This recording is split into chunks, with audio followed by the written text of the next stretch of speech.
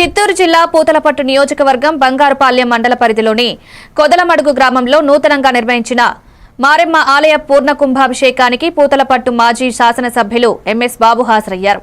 నూతనంగా నిర్మించిన ఆలయంలో ఎంఎస్ బాబుకు ఆలయ అర్చకులు స్వాగతం పలికి వారి పేరుపై కుంకుమార్చన చేసి వారి కుటుంబం ఐశ్వర్యాలతో ఉండాలని మరిన్ని ఉన్నత పదవులు పొందాలని ఆలయ అర్చకులు దీవించారు. అమ్మవారిని భక్తి శ్రద్ధలతో కొలిస్తే గ్రామానికి మంచి జరుగుతుందని ఆయన ఆకాంక్షించారు. ఈ కార్యక్రమంలో బంగారుపాలెం మండల మాజీ మార్కెట్ చైర్మన్ నారి సోమశేఖర్, జిల్లా బీసీసీఎల్ నాయకులు పిబి లక్ష్మీ ప్రసన్న కుమార్, గోవర్ధనగిరి మంజు, మండలంలో గల తన అభిమానులు, కొదలమడుగు గ్రామస్తులు, మహిళలు పాల్గొన్నారు.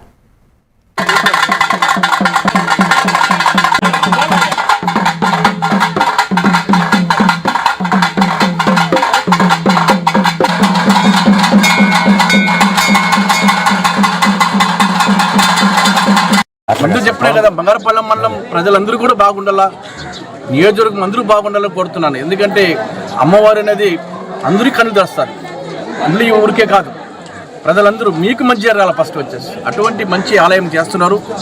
దేవుడు మంచి ఆశీస్సులను కూడా కోరుతున్నారు.